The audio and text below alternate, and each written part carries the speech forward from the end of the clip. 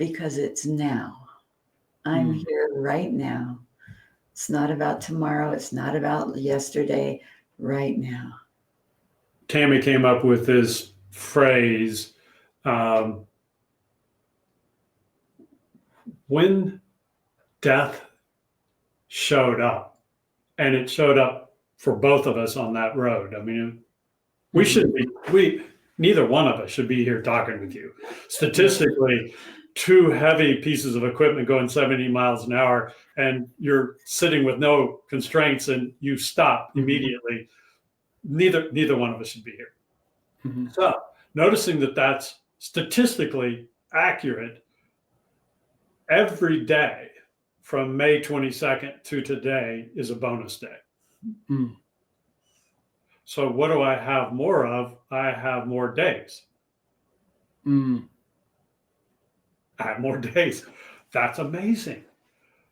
It is absolutely amazing to notice all of that could have stopped. And statistically, the accuracy is it should have stopped. My name is Brian Fretwell, and this is the Finding Good podcast. The interview you're about to hear is going to be a little different than ones you're used to on most podcasts. We'll be talking to people who have overcome really hard things. Only, instead of focusing on what they did, or even the advice they might have, what we're going to look into is how connection, community, their relationships, and their interactions with others help them do those hard things together. As a coaching consultant for 20 years, my job has been primarily to help people communicate their value using the science connection. And I created this podcast to help people see through real stories and real experiences how the way we interact with each other allows us to be better than we ever could on our own. Today we're back with Dave and Tammy in part 2. And today we go past the accident and into what it takes to re-enter life and community after trauma on both sides. You're going to hear from David about how he chose therapy so he could show up better. How Tammy rebuilt confidence by taking on tiny roles, like even letting the dogs out. And how both of them engaged with the hardest skill there is, which is giving up control. This is a practical conversation about vulnerability, reintegration, and finding freedom in the present. If you or someone you love is coming back from a hard season, this will give you some language, some steps, and some hope. I hope you enjoy this second episode as much as I did talking to them. And we'll see you on the other side. Both of you, with David first for yourself, and then Tammy for David, and it's a question that we often kind of coach people to use in grief, like in the midst of grief, actually. And the question is, like, when you think about from when the accident happened to, you're back home and maybe even up to this time that it's time to step back out for work, what are you most proud of doing? Taking advice about therapy. The single way that I could even be in this conversation today is to have gone through a trauma therapy experience. So what am I most proud of? I'm most proud of taking advice to get a trauma therapist. I am most appreciative of a good friend who had a good friend, still does, who is a trauma therapist. And she made room on her calendar for me. And this is after you came back to Boise. After I came back to Boise. Truly, if somebody's listening at all triggered by this conversation, this story, or any other story that has trauma in it, that indicates that their trauma in their life needs to be cleared. And it is the story that is in my head that has to be cleared so that I can serve the best interests of Tammy and me. So that would be what I would say I'm most proud of. Yeah. Tammy, how about you? What would you say you're most proud of? The thing I'm most proud of for David is, it may have been a result of the therapy, I don't know, but there was a letting go that he had to do. from the time of I killed my wife to now being able to take steps away from me and allow me to function, maybe not totally the way that normal people do, but that ability to step away rather than the desire many times is to smother, this person is going through this thing and now, I've got to make sure that they don't fall. I've got to make sure that they take their medicine. I've got to make sure that they can eat. All of these things I've got to make sure of. He did a great job in shifting that focus back to me to allow me to make some choice into how either I managed myself or how I worked with other people to manage. Yeah, what I'm hearing in both descriptions is actually like one of the more challenging things to do in community, which is give up control. Yeah, that like, okay, I've got this. I don't need help. And in both Tammy's answer of, hey, I'm, because it could be really easy not easy. There's this immediate comfort of I'm taking care of everything. You can't do anything. I have it. I've got all, and I take all the weight and walk through it. And in the short term, that kind of gives us that sense of control that can feel good, but then has longer term consequences because we're pushing that community away. And the same in like, I've got it. I'm fine. This other, Tammy was the one injured. I don't need. But to have the wherewithal to be like, I'm going to give up some control here, and I'm actually going to, lean into community, in this case with the therapist and talking to the friend that then gives you, right? So there's multiple levels of vulnerability in there that are both this conscious realization that I can't handle it alone. And at one point, I think we had 8 different drivers driving to 5 different doctors in a week, none of which I could do, couldn't even try to do. But we had enough friends who said, yeah, please let us help you. Let us drive. Let us take care of Tammy while you're doing your work. Mm-hmm.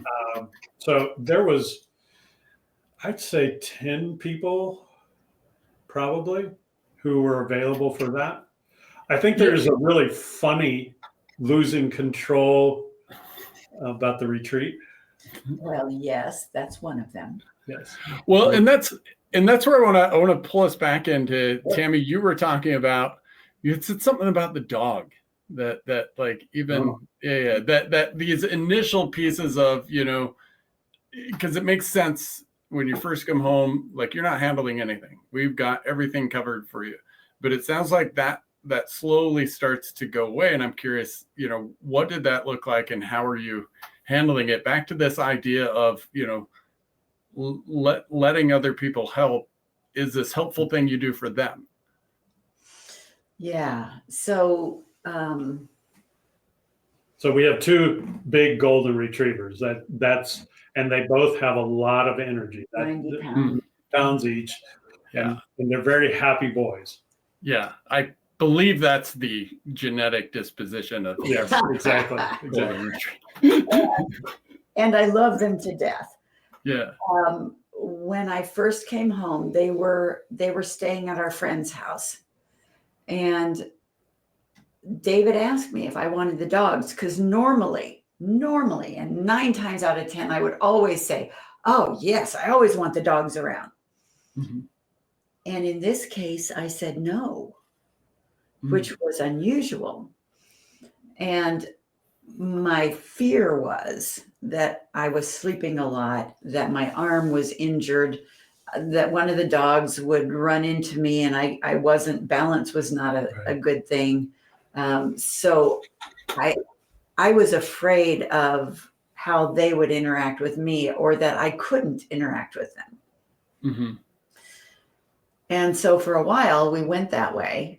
And then my friend and David conspired.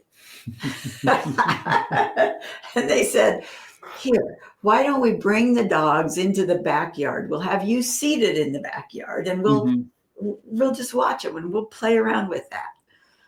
And they did. They both brought the dogs in. They both made sure that the dogs had drained their energy a bit before they showed up. And it was wonderful. It was wonderful. And then we normally like walk the dogs a couple of times. Well, I couldn't walk. I couldn't walk like they normally walk. But finding that I could take them out to go pee. Out in the backyard. Out in the backyard. Look at that. Look at that. I can get up and I can go out and I can help them. Yeah. Woo. That's a big. Yeah. So all those kinds of things were big moments. What did it, both in having the dogs come out and just being able to play with them the first time to even going out and letting them pee, like what was meaningful about that for you? Like, what did it, given the state you were in, what did it, what did being able to be, if you will, a little bit more part of that community to contribute to it, if you will, right? Letting them go pee. How did that help you? Like, Right. That you got to understand. That is a funny question. How did taking your dogs out to pee contribute to the community? You didn't ask it that one, but that was pretty much it. That was it. Yeah. Well, I think about it in my own place like this. Like, are you going to let the dogs out? Are you going to let the dogs out? It's a contribution to community to not have the dogs pee in the house, right? But well, first of all, it started helping me return to normalcy, if that makes sense. Just being able to do a normal function, because at that point I wasn't eating hard food. I had to suck things through a straw, and I couldn't use my right arm. So all sorts of weirdness. I will move to a little different story that again brings into community, and yes, it's a funny story for us as well. I want to say 3 months in, 4 months in. May to August, June, July. So 3 months. Was I with Brace, without Brace? Oh, without. So it would have been maybe 4 months then. Okay. Anyway, David, so our groups have retreats. And they're spousal retreats. So folks can bring their mates along and we get to have a great time on retreat, learning and growing and all sorts of wonderful things. Somewhere around 4 months after the accident, David said, I have a retreat coming up and I'd really like you to go. You can imagine perhaps my response. Well, that's really nice that you would want me to go, and no. Ain't gonna happen. Ain't gonna happen. What was the underlying fears? Because I imagine it's plural, right? Yeah. At that point, I was having to do a lot of unusual things. Personal maintenance that doesn't have to be part of the world anymore, but all sorts of medication, all sorts of taking care of. I mean, I landed on my face, so teeth were a real strange thing. Makeup was odd. Oh yeah, face was odd. I couldn't eat at that point in time, so it was a whole challenge, and I was not back mentally as well. So it felt big. So you're asking me, what he was asking me was to pack clothes, pack all of the things that you need to maintain your world right now, go to a different location outside of Boise, be in a hotel room, several hours away, be in a hotel room and interact with a group of people for 2 to 3 days while they're learning, having conversation, eating. And who love you to death. They love you. Yes. And that seemed way too big. Way too big. Was it like fearing being overwhelmed by it all? There's too much to do. Was so it it was- worried about how they were going to react, or So there was no fear. There was just being overwhelmed by it. Well, I wonder if there's a part of that like, I'm not ready to go in something that big because I don't like. I wonder if there's some like confrontation about like who I am now. Well, remember, I had been in this wonderful cocoon. Mhm. Yes, at the most, I had gone walking with dogs for a little bit. I had interacted with David. I had interacted with my sister and some other close friends. Yes, I had started asking for help to go places, and people were so kind to do that with me. Now you're asking me to go to a different place, so totally relocate myself into a hotel room and interact with very smart people who have not yet been interacting with me. Okay, so yes, there's an element of how disabled am I? That came up for me because my brain was not functional at that point in time. Fully. Not fully It functional. was functional. So yes, and I don't look like everybody else looks. So, how do I want to deal with that? And what will their reaction be? And really, can I even sustain myself comfortably in that situation for a period of a day or 2 days? I don't know. I might be worn out and have to go back and go to sleep. I didn't know any of that. So all of that. Yeah. And David, what was your response? Like, how do you balance that of like, I'm going to push you out in the community versus I'm going to, like knowing that, yeah.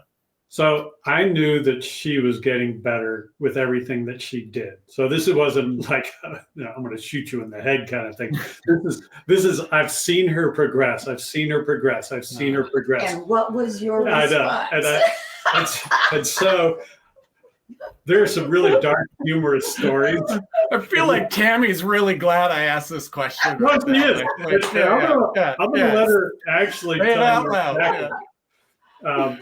So notice she's going through all sorts of medical treatments, and she's going through therapies, occupational therapy, physical therapy, cognitive therapy.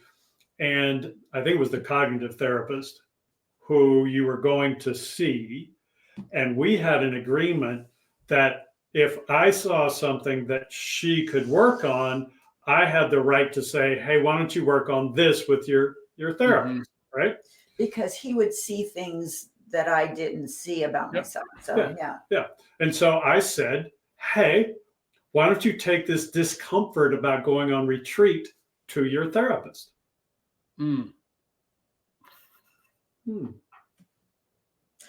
So I thought that was a great idea because I'm the one that's going to go talk to the therapist. I'm not going to be there.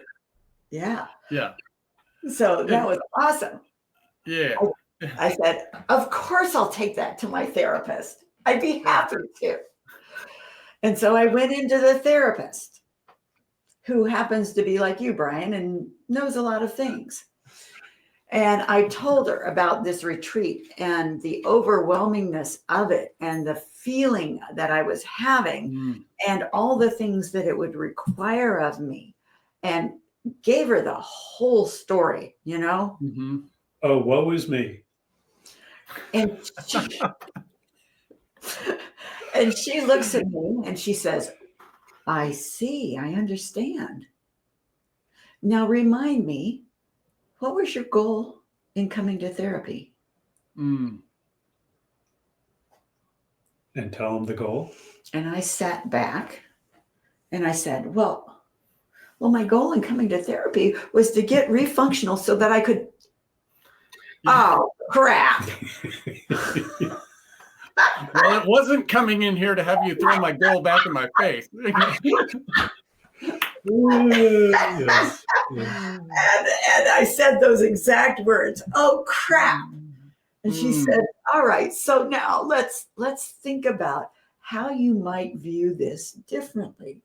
Because right now in your brain, you're feeling that it's overwhelming you. How might we shift this into a different opportunity for you to view it as something that's beneficial for you? Oh my God. Again, that's the whole. Yeah. And then there's the really good outcome. And this goes to community and connection. Yeah. I said earlier that this group absolutely loved her. That means she had a relationship with this group well before the accident.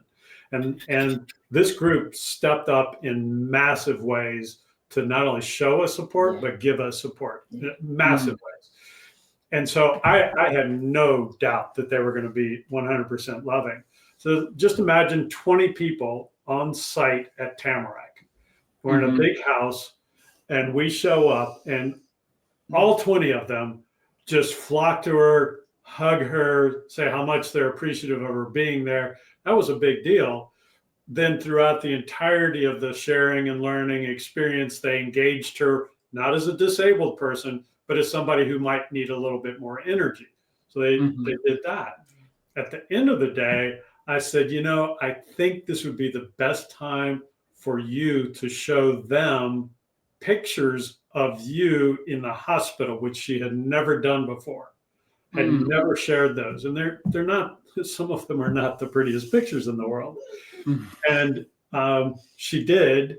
And again, that 20 people gathered around and looked at the pictures, asked questions, gave her big hugs, did exactly what you would want a community to do. It was absolutely phenomenal. And what was happening for you in that, the 20 people for Tammy, and the 20 people coming around and then being able to share, like, because David initially said 20 people. I'm like, oh, so it overwhelmed the hell out of you. You were right. So several things were happening inside me. First of all, there was validation that I was improving, because the validation that I had gotten was from David.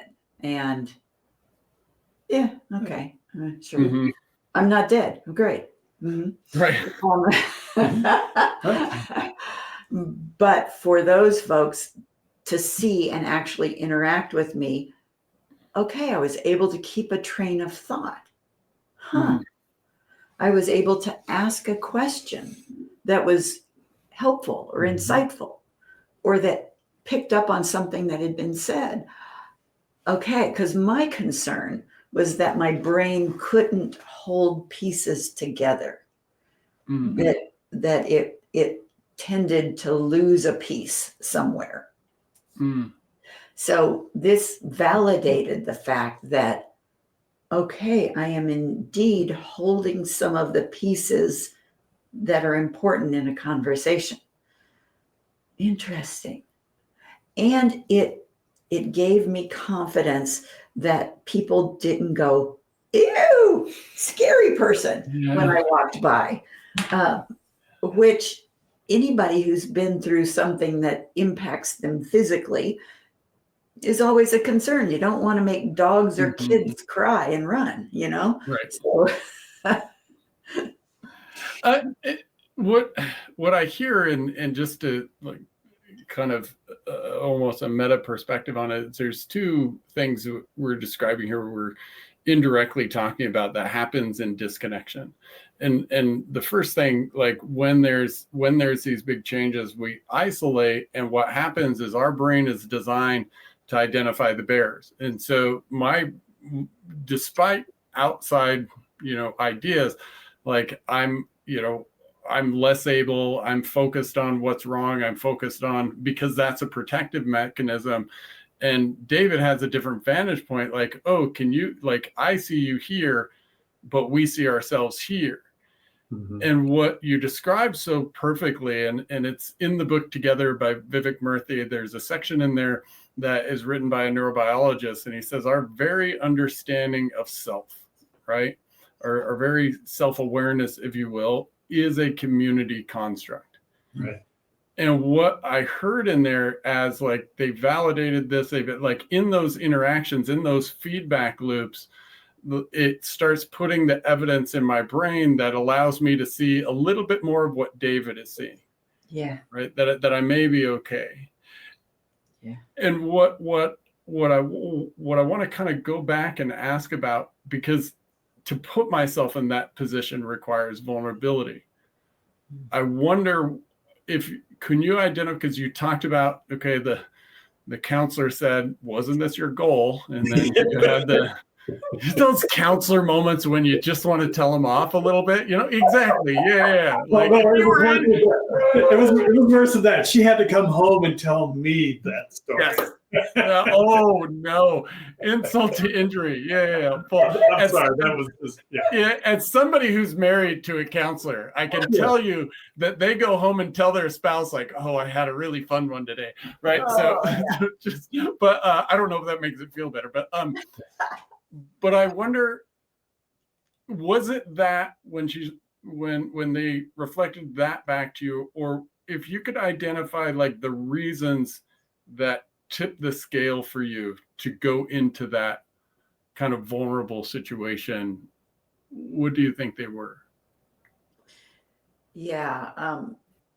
So I think it was a large part in her doing the simple reflection back of what I had said my initial goal was in the treatment. For me to actually hear my own words come back to me and realize that where I wanted to stay in my little cocoon that was safe and secure, that didn't have to interact with anybody outside very much, could not give me the result that I had said I wanted. So just by her simple reflection, and then I'll add in that reflection plus the mindset shift that she offered. Okay, so let's think into how this might help you achieve that. What is it that might be beneficial to you here? How might you use this? How could you look at it differently? And I started realizing that for me, along the way, challenge has always been something that I've stepped up to. If something challenging, for example, riding a motorcycle at 50, I've always chosen to, let me try that. I may not be able to do it, but let me try. So challenge is something that motivates me. So in hearing me say that, she said, so how can we view this as a challenge? Well, that's a mindset shift. Okay. Well, I can see that as a challenge. I can see that I can challenge myself to see how much I can endure in a day without falling asleep or needing to go rest. Okay. And it sounds like, here is the goal you had, and here is the story that you have. Like, here is the goal, and here is the strength. And it's reminding you of the thing that you wanted and the thing that you already are, which I imagine David was trying to do, because it's so inherent, right? Like, I know what you want, and I know, so I'm just going to go tell you, where the other person said, whoa. Hey, remember what you wanted and remember that you can do it. Where David is a little more like, hey, I know what you want and I know what you can do. I'm not going to say that. I'm just going to tell you to do it. Well, I'm going to offer that you gave me an avenue to affect your choice making called your therapist, and I'll use that instead of my voice. Yeah. I actually asked him afterwards, did you call her in advance? She did. She asked me if I called her in advance, and I said, nope. Not only did I not do it, but if I had done it, the therapist would never have listened to me. Sure. Yeah. Understandable. Yeah. So this sounds like it's a big step for you. And I'm Tammy, and I'm curious, walk us through, like, what, as you start to progress, walking back in, like, how does this change? You have these communities that depend on you, rely on you, learn from you, work from you, these sorts of things. I'm curious about how you begin to re-engage those, how that changes that dynamic, if at all. But I imagine in the beginning there's at least some change. Like, how were you able to start re-engaging those communities? Yeah. So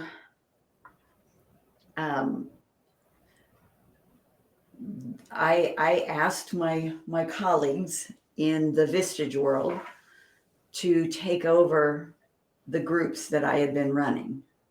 Mm-hmm. And I think in 2 instances you took over, and then in the other Ron took over. And they did. They stepped in and ran the groups while I was not able to join. And David and I created a plan for reintegration. Mm. And the first step was it makes me want to ask, like, whose idea was that? Oh, of course it was his. No, by this time you and I were working jointly. So that's funny. We decided that the first step would be the integration virtually. So, because again, I was still a mess and I couldn't show up. I couldn't drive at that point. And so making sure that at least I could sit in on meetings and hear things. Mm-hmm. And they could ask questions. And they could hear my voice and ask any questions they wanted to ask. Yep. So we started with the virtual. And then I think we did 1 month of virtual.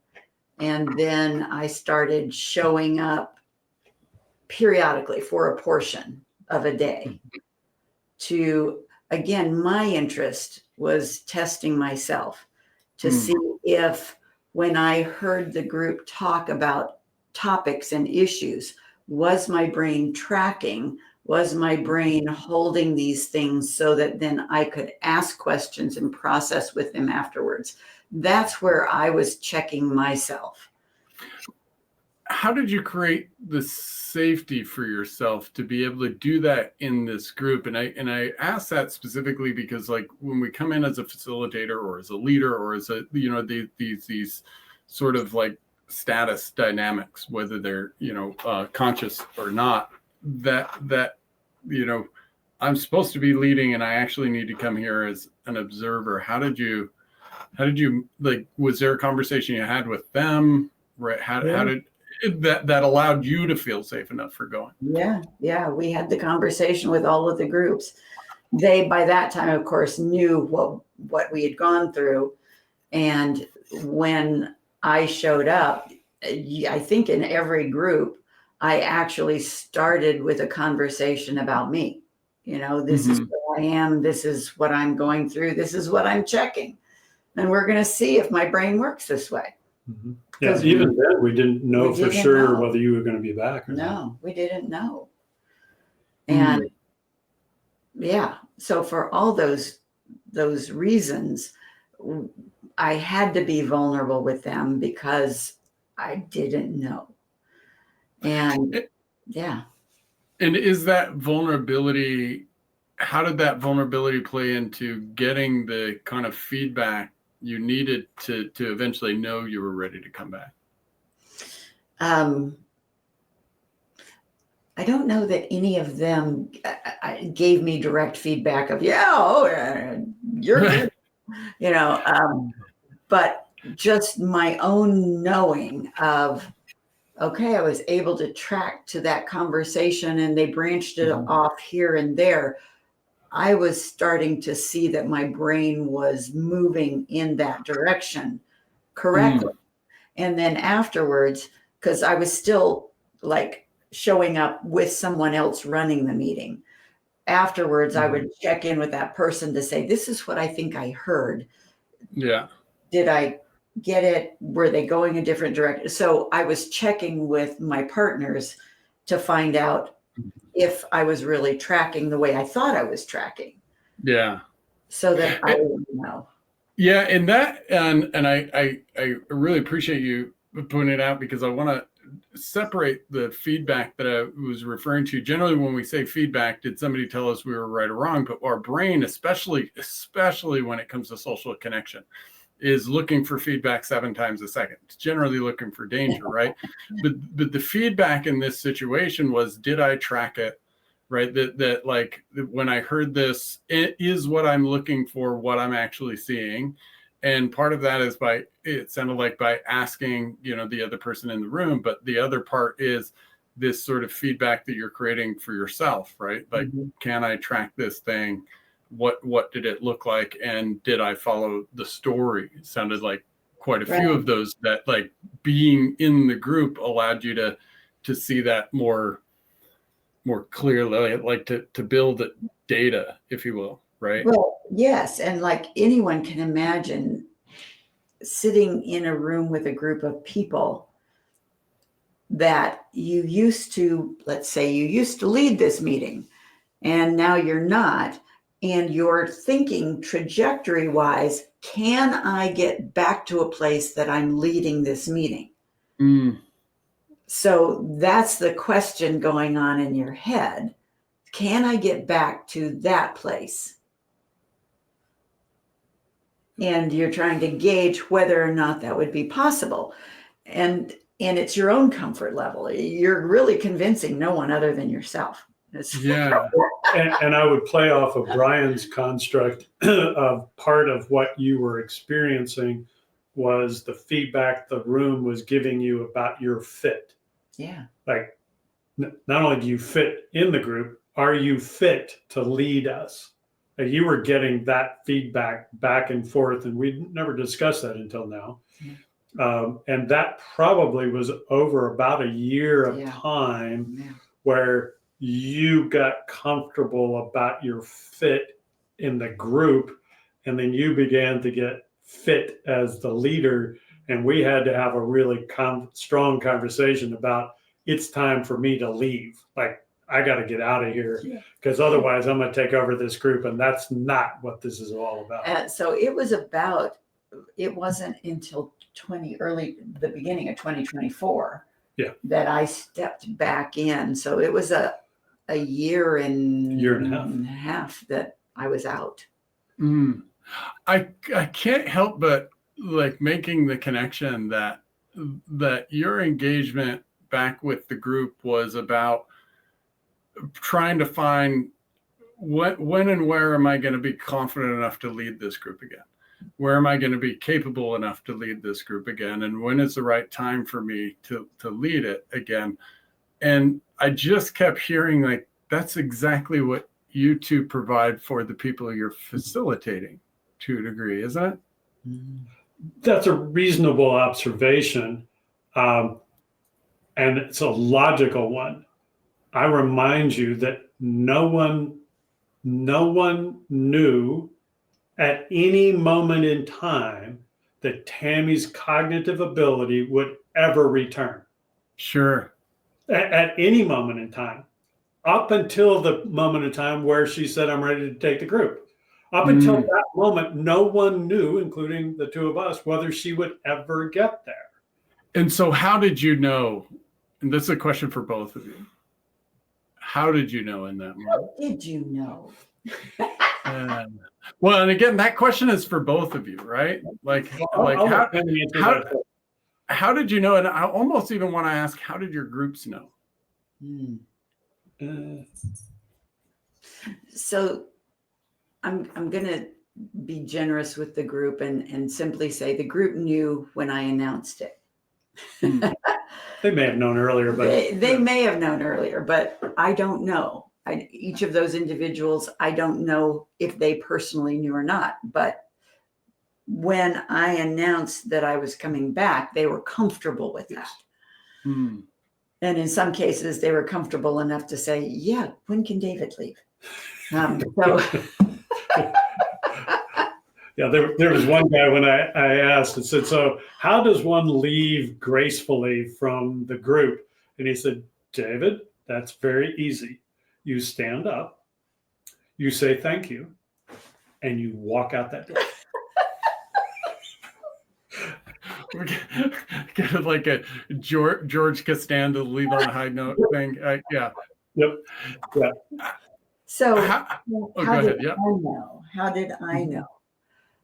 I had by then had lots of practice with my own brain, knowing that my brain seemed to be functioning.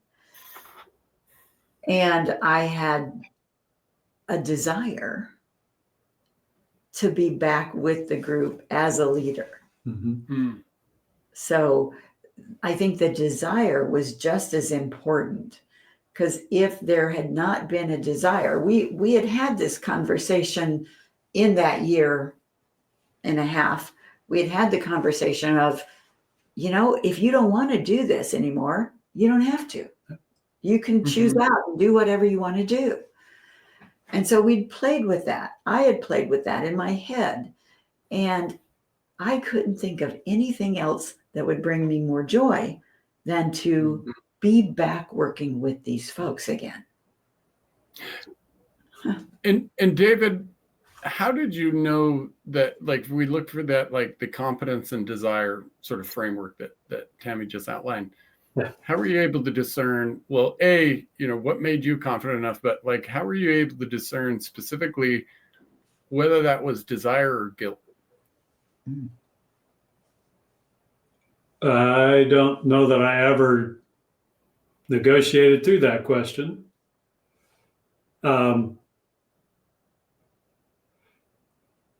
What I can say looking back, having with that question in mind, whether it was desire or guilt, Tammy is a very open book in terms of reading her emotional state. Very open. She when she walks, I can tell when she's mad. You don't have to say a word. How she walks across the room, the cards are on the table. I like it. Cards are on the table.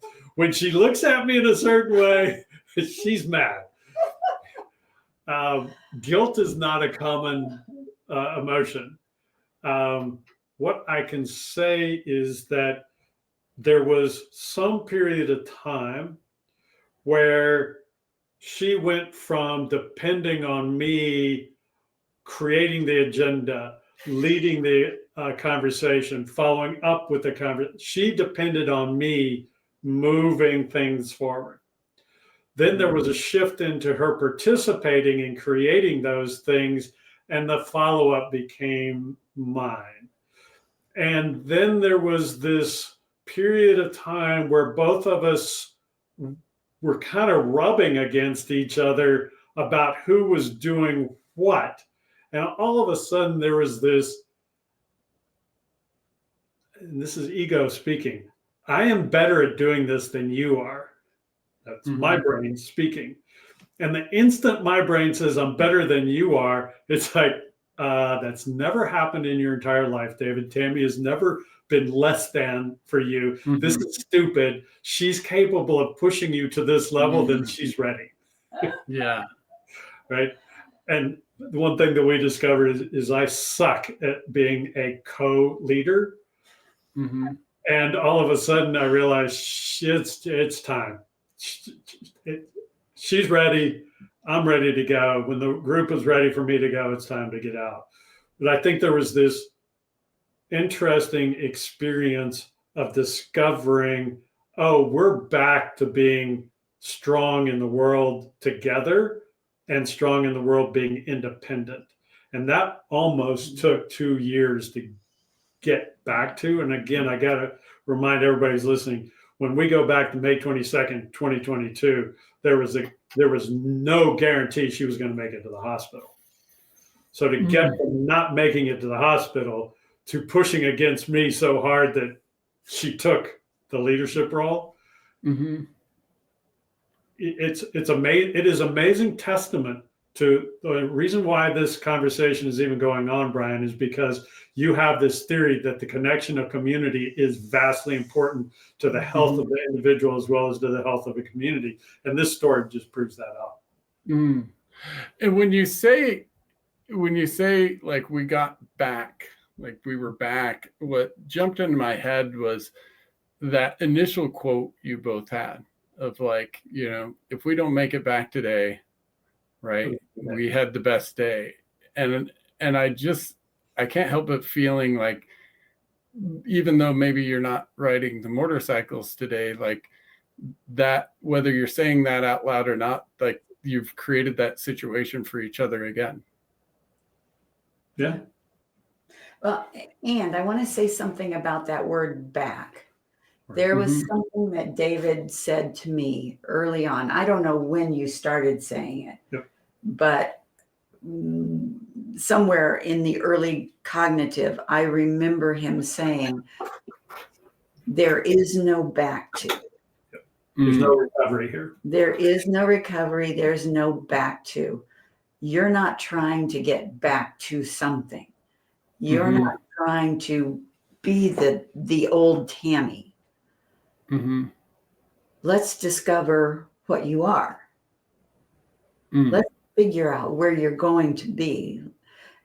And that freedom, that released something in me. That released me to be whatever. He says I'm funnier now. Oh, yes. Anybody who watches this is going to say that if they've known you for any length of time. I wonder then, is because as you both described that initial quote, like, if something, happens to me today, if I don't make it back today, then, and when I asked you about initially, you said it's about like removing guilt, but it sounds like it might be also about just using the word you just used, Tammy, like freedom in some way. Well, yeah, because I didn't want David. Let's assume I had died on that road. Yep. David's initial conversation in his mind was all about, I caused it. That's what happened in his brain. I know that that's normal. I know that would be, no matter what situation we're in, if our mate dies and we're part of that accident, that might be the thing that enters our mind. But I hope that over the long term, that statement starts to weasel its way in. No, she made a choice to be on that road. I know she enjoyed being on that road. I know she felt freedom being on that road, and that she wouldn't want me to live here. So I won't live here. That's what And I wonder, in what David was saying when he indirectly said we're back, we're back to the freedom that we've been creating for, that we know how to create for each other, like that. The event, the hard thing, if we use that terminology, made a lot of that unknown, and just to be able to be in that kind of level of support. You're doing the thing you love, I'm doing the thing I love, and we can, we can acknowledge that, right? And now, who knows, we may get 3 dogs, Get another golden retriever. I don't know if that's freedom or just like masochism or something. Yeah. What? I want just 1 or 2 questions as we sort of wrap up. This might sound odd in as much as like addressing a traumatic situation like this, but I'm curious if you were to identify something you both have more of today, not because of this situation, but because of your response to the situation. I have more laughter. Yep. And you provide it for others, from what it sounds like. Yes. No, I would agree with that. Would you, Tammy, if I asked you to explain why? I find little things more humorous. I can sit and just laugh at the dogs rolling on their back in the grass, enjoying it so much, enjoying being dogs. It just makes me giggle. Yeah. And why do you think it does so now? Because it's now. I'm here right now. It's not about tomorrow. It's not about yesterday, right now. Mm. And David, what do you have more?